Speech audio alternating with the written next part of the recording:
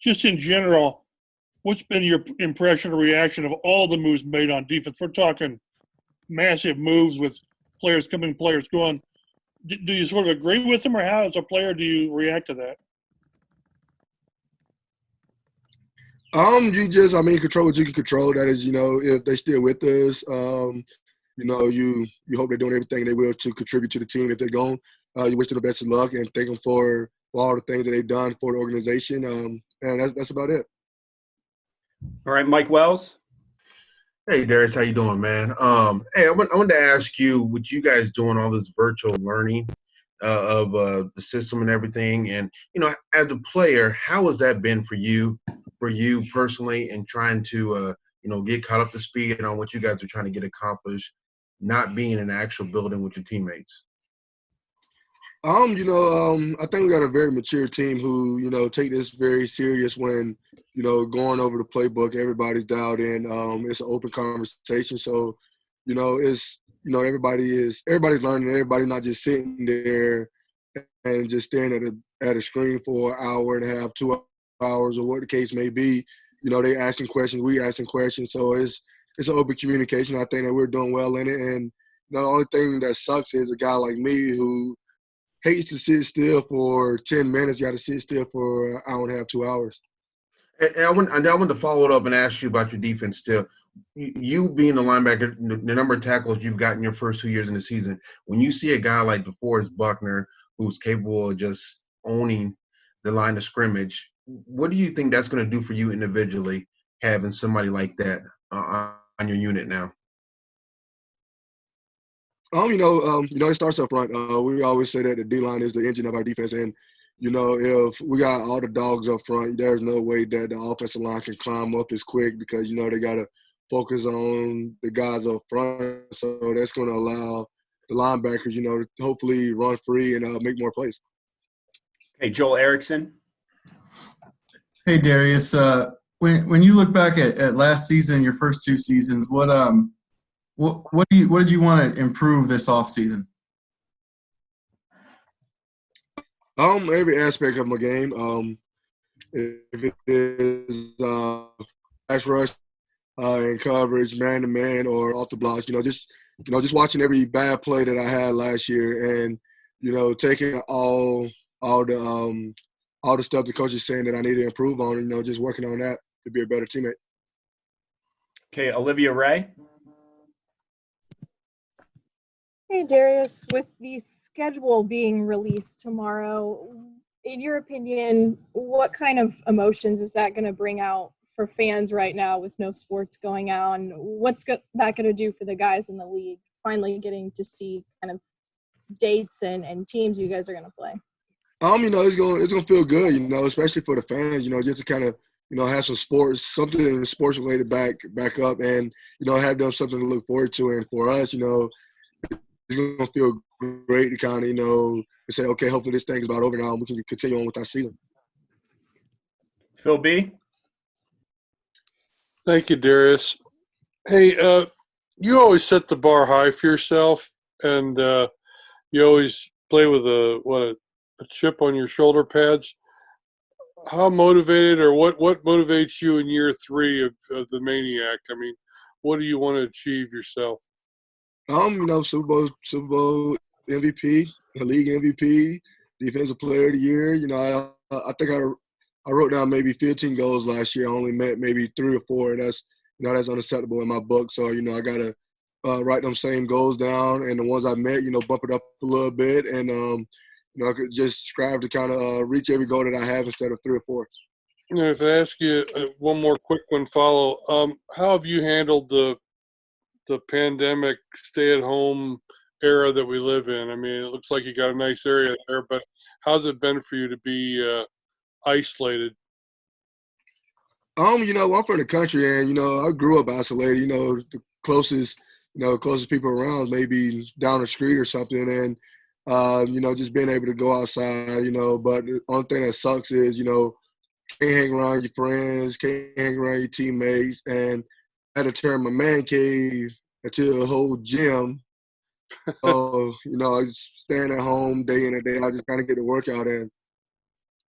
Thank you, Griffiths. Hey, Darius. You missed last offseason, obviously recovering from that ankle injury. So I'm sure that you learned during that time how you can get better without actually being on the field. So what can you and everybody on the team do this year since you're kind of all in the same boat? Nobody can get together in practice. Just learn more about yourself. It's like I said, bad tape. Instead of watching all the good things you did, watching all your bad tape, seeing how can you be a better teammate, how can you be a better player. And, now you're going to have to ask some more questions because you're not actually physically doing anything. So you got to call your coach. You got to call your teammates, and you're going to build that relationship to kind of make you a better person and player. Okay, George Bremer.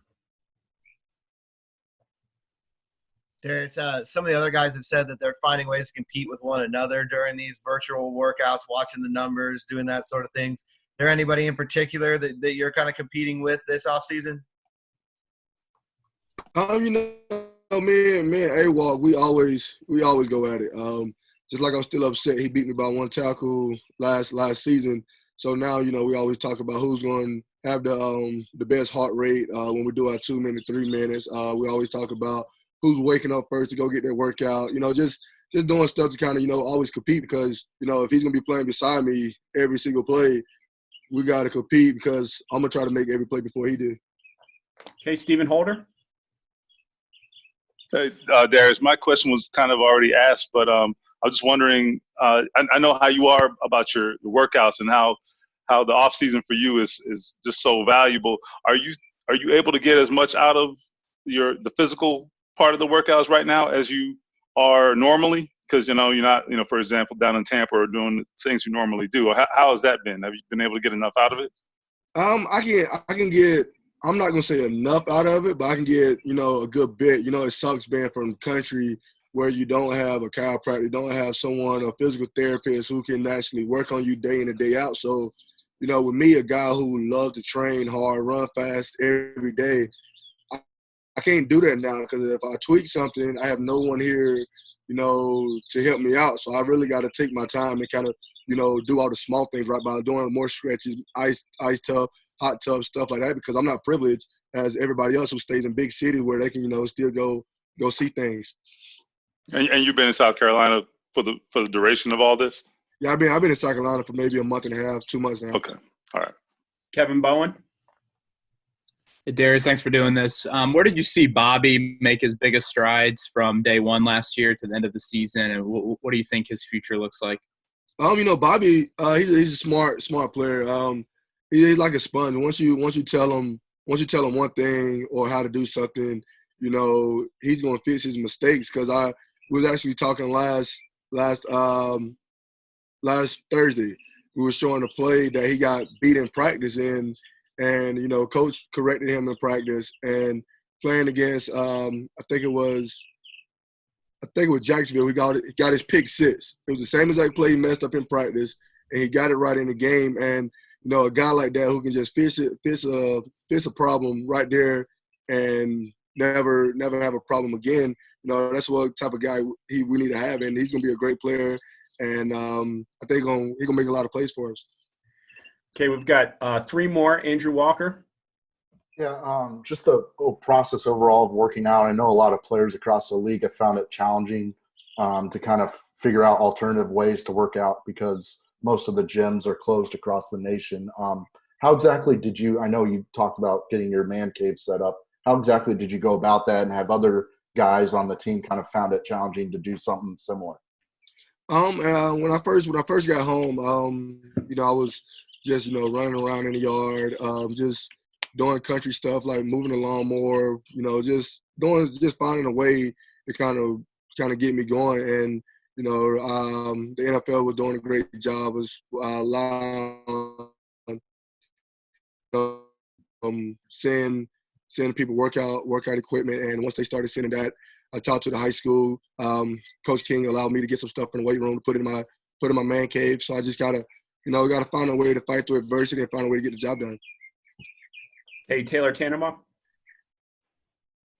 Well, most of my questions have already been asked at this point, but I guess I'll just ask you, since you and Ant are competing, who's been winning on a daily basis, like as it stands right now? Well, You know, I say because he love distant running and he's in the sun every day. I think he might got me on the 2 minute, 3 minutes, but who's waking up earlier? I'm waking up early. I think I get my workout in before he do, and just being a competitor of saying who working out as hard. I'm gonna say I work out harder than he does. And I think he's going, he's gonna be upset when he see that. Okay, and then last one here, Jim Aiello. Hey, Darius, thanks for doing this. I just wanted to ask, Chris talked a lot about at the end of the year about trying to get more friction in the locker room. And you kind of talked about, working on being a good teammate too. I was wondering, what can you do next year to kind of maybe see more of that friction in the locker room? I just got to continue to be me, man. I can't change anything up. And, talking to Ray Allen, he talked to the team last week. And being a young leader, and he came in the league, NBA as a young leader, talking to him, and the only advice he could give me of being a young guy and having to talk to other men who's way older than you. One thing you can do is continue to do what you can do, and that is go out and show that you are a leader. Go out and play as you are a leader, and the rest of it will fall in place. I'm not going to go in and try to say, okay, I'm this guy.